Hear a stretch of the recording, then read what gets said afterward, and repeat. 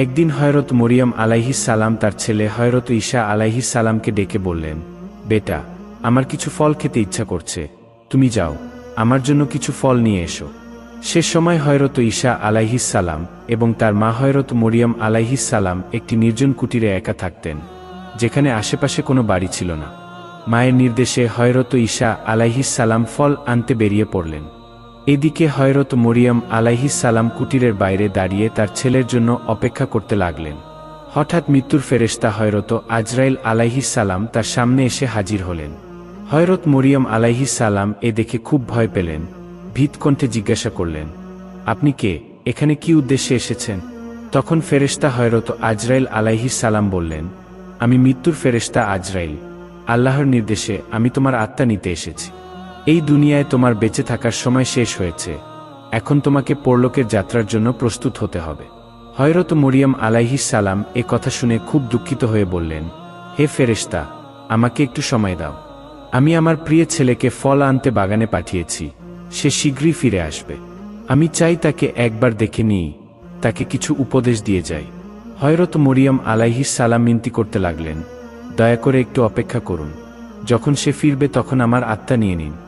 হযরত আজরাইল আলাইহিস সালাম বললেন, হে ঈসার মা, এই কাজে আমাকে এক মুহূর্ত দেরি করার অনুমতি নেই। আল্লাহ রাব্বুল আলামিন প্রত্যেক জীবের মৃত্যুর সময় নির্ধারিত করে রেখেছেন, সেই সময়ের মধ্যেই তাকে মৃত্যুবরণ করতে হবে। হযরত মরিয়ম আলাইহিস সালাম বললেন, আমি মৃত্যুকে ভয় করি না, আমি আল্লাহর নির্দেশের অবাধ্য হই না, কিন্তু দুঃখের বিষয় এই যে আমি আমার ছেলেকে কিছু বলতে পারলাম না, তাকে একবার দেখতেও পারলাম না।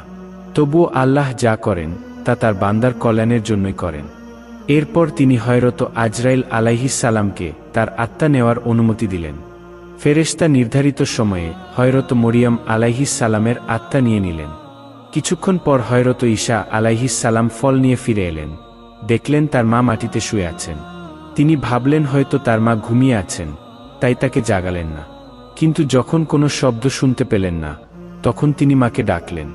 তখন তিনি বুঝলেন যে তার মায়ের পবিত্র আত্মা এই দেহ ত্যাগ করেছে। হযরত ঈসা আলাইহিস সালাম তার মায়ের হঠাৎ মৃত্যুতে গভীর দুঃখে ডুবে গেলেন, তার চোখ দিয়ে অশ্রু ঝরতে লাগল। তার এই করুণা দেখে জঙ্গলের পশুরাও কাঁদতে লাগল। কিছুক্ষণ পর তিনি নিজেকে সামলে নিলেন, বুঝলেন যে তার মায়ের দাফনের কাজ করা প্রয়োজন। কিন্তু তিনি এমন একটি জায়গায় ছিলেন যেখানে দূরদূরান্তে কোনো মানুষ ছিল না, তাই তার মায়ের দাফনে সাহায্যের জন্য কিছু লোকের খোঁজে বেরিয়ে পড়লেন। কিছু দূর গিয়ে তিনি কয়েকজন লোককে দেখলেন যারা তার দিকে আসছিল। তিনি তাদের মায়ের মৃত্যুর খবর দিলেন, সাহায্যের জন্য অনুরোধ করলেন। তারা বললেন, হে আল্লাহর নবী, আমরা আসলে মানুষ নই, আমরা আল্লাহর ফেরেশতা, আমরা তোমার মায়ের দাফনে সাহায্য করতে জান্নাত থেকে এসেছি। এরপর হযরত ঈসা আলাইহিস সালাম ফেরেশতাদের সঙ্গে মিলে তার মায়ের দাফনের কাজ সম্পন্ন করলেন। কিছুকাল পর হযরত ঈসা আলাইহিস সালাম বাইতুল মুকাদ্দাসে ফিরে এলেন। সেখানে কিছুদিন পর আল্লাহ তার উপর ওহী নাযিল করলেন, তাকে নতুন শরিয়া ও ইনজিল কিতাব দিলেন। এরপর আল্লাহ তাকে নির্দেশ দিলেন, হে ঈসা, তুমি এই নতুন শরিয়া ও ইনজিল অনুযায়ী মানুষকে সঠিক পথে ডাকতে থাকো। একদিন হযরত ঈসা আলাইহিস সালাম একটি জনসভায় দাঁড়িয়ে বললেন, হে আল্লাহর বান্দারা, আমার উপর একটি নতুন কিতাব ও শরিয়া নাযিল হয়েছে, তাই এখন থেকে তোমরা পুরানো কিতাবের কথা ছেড়ে নতুন কিতাব অনুযায়ী জীবনযাপনের সংকল্প নাও। হযরত ঈসা আলাইহিস সালামের এই কথা শুনে বনি ইসরায়েলের লোকেরা খুব রেগে গেল। তারা বলল, আমরা তোমাকে সবসময় একজন নেক ও ভালো মানুষ মনে করতাম, কিন্তু এখন দেখছি তুমি আমাদের পূর্বপুরুষের ধর্ম নষ্ট করার ষড়যন্ত্র করছো। তোমার সাহস তো কম নয়, তুমি নিজে একটি নতুন শরিয়া বানিয়ে। হযরত ঈসা আলাইহিস সালাম এ কথা শুনে বললেন, তোমরা আমাকে মারার হুমকি দিচ্ছ, কিন্তু এটা আমার কাছে খুবই সাধারণ ব্যাপার। জেনে রাখো, আমি আল্লাহ তাআলার একজন মনোনীত নবী। আমার দায়িত্ব হলো মানুষকে সত্য ও সঠিক পথে রাখা, তাদের ধর্মের দাওয়াত দেওয়া। তাই আমি তোমাদের কাছে বিশেষভাবে এই সত্য পথ গ্রহণ করার আহ্বান জানাচ্ছি, নইলে তোমাদের উপর সেই শাস্তি আসবে যা আগে অন্যান্য উম্মতদের উপর এসেছিল। যখন এই নতুন শরিয়ার কথা ছড়িয়ে পড়ল, তখন বনি ইসরায়েলের মধ্যে নানা রকম আলোচনা ও সমালোচনা শুরু হলো। কিছু বিদ্রোহী লোক নবীর বিরুদ্ধে চলে গেল, আবার কিছু লোক হযরত ঈসা আলাইহিস সালামের কাছে এসে কালিমা পড়ে ইসলাম ধর্ম গ্রহণ করতে লাগল। নবী তার অনুসারীদের সামনে অনেক মুজিয়া প্রকাশ করলেন, যেমন মৃতকে জীবিত করা, জন্মান্ধকে সুস্থ করা, কুষ্ঠরোগীকে সুস্থ করা, মাটি দিয়ে পাখি বানিয়ে তাতে প্রাণ সঞ্চার করা। এই চমৎকারগুলো দেখে অনেকে সত্যের পথে ফিরে এলো, কিন্তু যারা জেদি ও দুর্ভাগ্যজনক ছিল তারা এত স্পষ্ট প্রমাণ দেখেও নবীর বিরুদ্ধে রইল। যখন নবীর বিরোধী বনি ইসরায়েল হযরত ঈসা আলাইহিস সালামকে মারার ষড়যন্ত্র করতে লাগল, তখন তার মুসলিম অনুসারীরা তাকে সতর্ক করে বলল, তোমরা আগে হযরত জাকারিয়া ও হযরত ইয়াহিয়া আলাইহিস সালামকে হত্যা করেছিলে, এখন হযরত ঈসা আলাইহিস সালামকে হত্যা করতে চাও। এই কওমের জন্য এটা একটা বিপজ্জনক ও ভয়ানক প্রক্রিয়া। এই ষড়যন্ত্র থেকে ফিরে এসো। হযরত ঈসা আলাইহিস সালাম নিঃসন্দেহে আল্লাহর একজন বিশেষ নবী। তিনি যে মুজিয়া দেখিয়েছেন তা তার নবুয়াতের প্রমাণ হিসেবে যথেষ্ট। একদিন হযরত ঈসা আলাইহিস সালাম একটি জনসভায় এসে বললেন, হে আল্লাহর বান্দারা, আল্লাহ তাআলা হযরত মুসা আলাইহিস সালামের জন্য শনিবারকে ইবাদতের দিন হিসেবে নির্ধারণ করেছিলেন, আর আমার জন্য রবিবার দিয়েছেন। তাই রবিবারে তোমরা সব কাজকর্ম ও ব্যবসা বন্ধ করে কেবল আল্লাহ রাব্বুল আলামিনের ইবাদত করবে। এই দিনে তোমরা আল্লাহ তাআলার কিতাব পড়বে, মানুষকে ভালো কাজের নির্দেশ দেবে, মন্দ কাজ থেকে বিরত রাখবে, কোনো প্রকার দুনিয়াবি কাজে মনোযোগ দেবে না। যদি তোমরা এই নির্দেশ পালন না করো, তাহলে আল্লাহ রাব্বুল আলামিন তোমাদের উপর নারাজ হবেন, তোমাদের উপর তার শাস্তি, বিপদ ও কঠিন আযাব আসার সম্ভাবনা বেড়ে যাবে। তাই হে বনি ইসরায়েল সম্প্রদায়, আমার এই দাওয়াত কবুল করো, এই নিয়ম যত্ন সহকারে পালন করো। তিনি আরও বললেন, হে বনি ইসরায়েলের ভাইয়েরা, আমি তোমাদের আরেকটি সুসংবাদ দিতে চাই। জেনে রাখো, আল্লাহ রাব্বুল আলামিন আমার উপর যে কিতাব নাইল করেছেন, আমি তার নির্দেশ বাস্তবায়নের জন্য দিনরাত চেষ্টা করব। কিন্তু আমার পরে তোমাদের কাছে আরেকজন মহান নবী আসবেন, আমি তোমাদের তার সুসংবাদ দিচ্ছি। তার নাম হবে মুহাম্মদ। তিনি হবেন দুনিয়ার সর্বশ্রেষ্ঠ ও সর্বশেষ নবী। তোমাদের মধ্যে যারা তার যুগে উপস্থিত থাকবে, তারা অবশ্যই তার দ্বীন ও ধর্ম গ্রহণ করবে। যে তার কথা মানবে, সে সবচেয়ে সম্মানিত হবে। তার উপর একটি মহান কিতাব নাইল হবে, যার নাম হবে আল কুরআন। যে কুরআন পড়বে ও তার অনুযায়ী কাজ করবে, সে অগণিত সওয়াব ও সম্মানের অধিকারী হবে। তোমরা সেই নবীর উপর মন থেকে দরুদ ও সালাম পাঠাবে, কারণ তিনি এমন একজন নবী যার উপর আল্লাহ তাআলা ও ফেরেশতারাও দরুদ পাঠান। আল্লাহ রাব্বুল আলামিন তাকে তার বন্ধু বলেছেন। যদি আল্লাহ রাব্বুল আলামিন তাকে সৃষ্টি না করতেন, তাহলে আসমান ও জমিনের কিছুই অস্তিত্বে থাকত না। তাই এ থেকে বোঝো তার মর্যাদা ও সম্মান কত উঁচু। আমি একজন নবী হয়েও সেই শেষ নবীর একজন সাধারণ উম্মত হওয়ার জন্য খুব উৎসুক। যদি আল্লাহ রাব্বুল আলামিন আমার এই দোয়া কবুল করেন, তাহলে আমি নিজেকে খুব ভাগ্যবান মনে করব। ধর্মদ্রোহী বনি ইসরায়েল হযরত ঈসা আলাইহিস সালামের কথা শুনে বলল, দেখো, এই লোক হযরত মুসার শরিয়া শেষ করে নিজে একটি নতুন শরিয়া চালু করার ষড়যন্ত্র করছে। এছাড়া নতুন মহান নবীর আগমনের কথা বলে আমাদের তার দিকে আকৃষ্ট করার চেষ্টা করছে। আমরা এই জাল বুঝে তার আসল মতলব জানতে সক্ষম হয়েছি। তাই এখন আর দেরি করা উচিত নয়। তার এই ষড়যন্ত্রের কথা রাজাকে জানানো উচিত, তার শাস্তি নির্ধারণ করা উচিত। সে সময় বাইতুল মুকাদ্দাস ও জেরুজালেমের রাজ্য বনি ইসরায়েলের নিয়ন্ত্রণে ছিল, যারা হযরত ঈসা আলাইহিস সালাম ও তার অনুসারীদের ঘোর বিরোধী ছিল। যখন বনি ইসরায়েলের মধ্যে এই ধরনের গুরুতর সংঘর্ষের পরিবেশ তৈরি হল, তখন সম্রাট হযরত ঈসা আলাইহিস সালাম ও তার অনুসারীদের পুরোপুরি দুনিয়া থেকে মুছে ফেলার জন্য ধর্মদ্রোহে লিপ্ত হল। একদিন বাদশাহ একটি গোপন বৈঠক ডাকলেন, যেখানে তিনি বললেন, হযরত ঈসা আলাইহিস সালাম ও তার অনুসারীদের এই দুনিয়া থেকে মুছে ফেলার যে ষড়যন্ত্র চলছে, তা ব্যর্থ করা আমাদের দায়িত্ব। এই লোকেরা নবীদের ও আল্লাহর দুশমন। তোমরা নিশ্চিন্ত থাকো, এই কাজে যত সাহায্য প্রয়োজন আমি দিতে প্রস্তুত।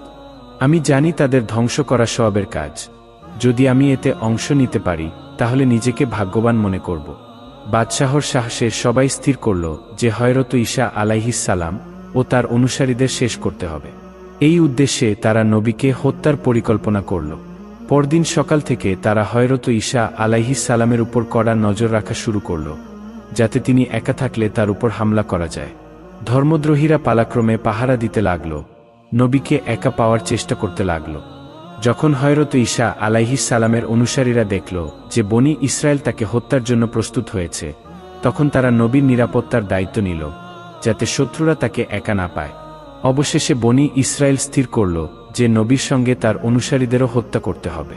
কিন্তু নবীর রক্ষকরা সবসময় অস্ত্রসজ্জিত থাকত, তাই তাদের হত্যা করা তাদের কাছে সহজ মনে হল।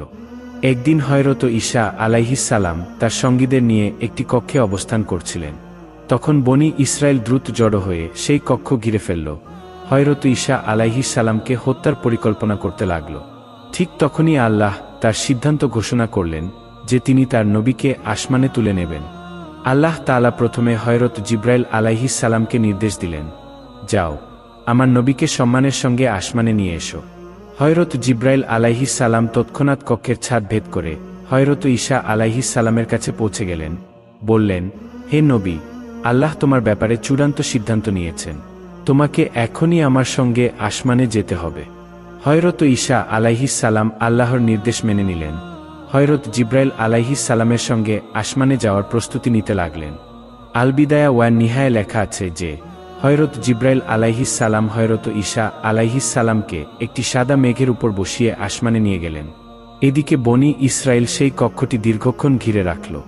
যখন তারা মনে করল যে হযরত ঈসা ও তার অনুসারীরা বাইরে আসছে না, তখন তাদের সর্দার একটি উন্মুক্ত তলোয়ার নিয়ে কক্ষের ভেতর লাফিয়ে পড়ল।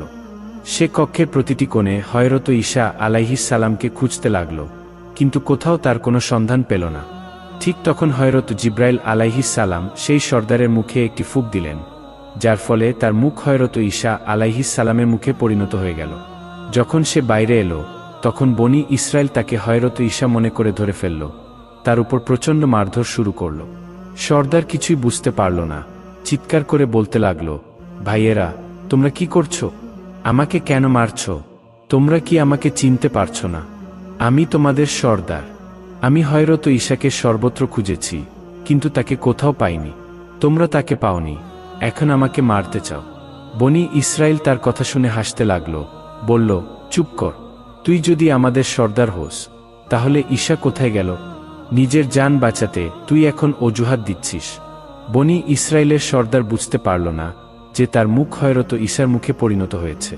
তাই সে আবার চিৎকার করে বলল, ভাইয়েরা, তোমরা আমার উপর হামলা করছো, এটা ভুল। আমি এখানে সেই লোকটাকে মারতে এসেছিলাম, যাকে কোথাও পাওয়া যায়নি। হয়তো সে জাদুকর, সবার চোখে ধুলো দিয়ে পালিয়ে গেছে। কিন্তু কেউ তার কথা শুনল না। বনী ইসরায়েল কিছুক্ষণ তার উপর অত্যাচার করল, তারপর তাকে ক্রুশে চড়ানোর সব আয়োজন করল। যখন বনী ইসরায়েলের সর্দার দেখল যে লোকেরা তাকে ক্রুশে চড়াতে পুরোপুরি প্রস্তুত, তখন সে চিৎকার করে বলল, হে বনী ইসরায়েলের ভাইয়েরা, আমি খোদার কসম খেয়ে বলছি, আমি তোমাদের সর্দার। আমি জানি না আমার মুখ কিভাবে বদলে গেল। যদি তোমরা আমাকে অন্য কেউ মনে করো, তাহলে মনে হয় এটা ঈসার কোনো আল্লাহর কীর্তি। আমার বিশ্বাস, ঈসা আল্লাহর সত্য নবী ছিলেন। আল্লাহ তাকে নিরাপদ রাখতে হয়তো কিছু করছেন। যখন বনী ইসরায়েলের সর্দার বলল যে হযরত ঈসা আলাইহিস সালাম আল্লাহর সত্য নবী, তখন বনী ইসরায়েল আরও রেগে গেল। তারা বিনা দেরিতে তাদের সর্দারকে ক্রুশে চড়িয়ে দিল। তাদের সর্দার ক্রুশে চড়ে বাঁচাও বাঁচাও চিৎকার করতে লাগল, কিন্তু কেউ তার ডাক শুনল না। তারা তাকে ক্রুশে চড়িয়ে তার প্রাণ নিয়ে নিল। এই দৃশ্য দেখতে সেখানে অনেক লোক জড়ো হয়েছিল। সে সময় বেশিরভাগ লোকের মনে হলো এটা হযরত ঈসা নন, বরং এটা বনী ইসরায়েলের অবাধ্য সর্দার। তারপর কিছু বনী ইসরায়েলের মনে হলো যে ঈসাকেই হত্যা করা হয়েছে। এই নিয়ে তাদের মধ্যে অনেক তর্ক ও তলোয়ার চলল। বেশিরভাগ লোক বিভ্রান্ত হয়ে গেল। কেউ বলতে লাগলো তারা তাদের সর্দারকে হত্যা করেছে, কেউ বলতে লাগলো তারা ঈসাকে হত্যা করেছে। এই সবই ছিল আল্লাহ রাব্বুল আলামিনের এক অপূর্ব লীলা।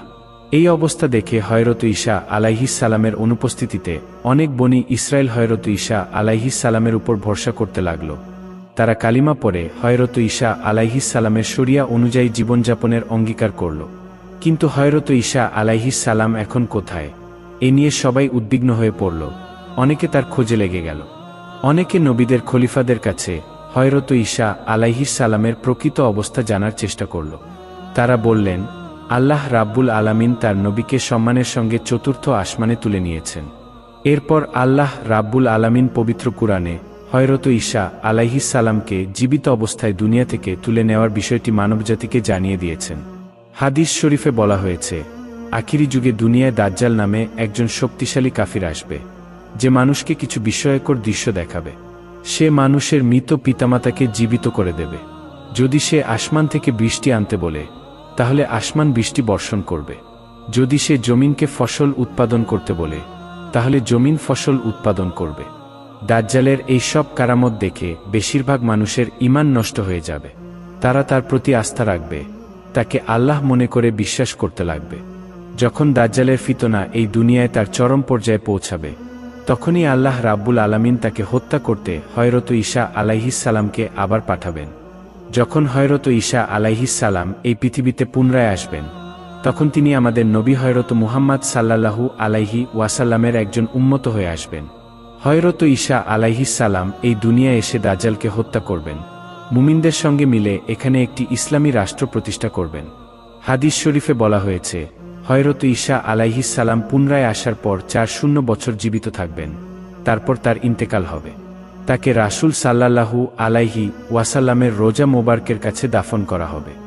আল্লাহ রাব্বুল আলামিন আমাদের হযরত ঈসা আলাইহিস সালামের এই গুরুত্বপূর্ণ ঘটনা থেকে শিক্ষা নিয়ে জীবনে আমল করার তৌফিক দান করুন। আমিন।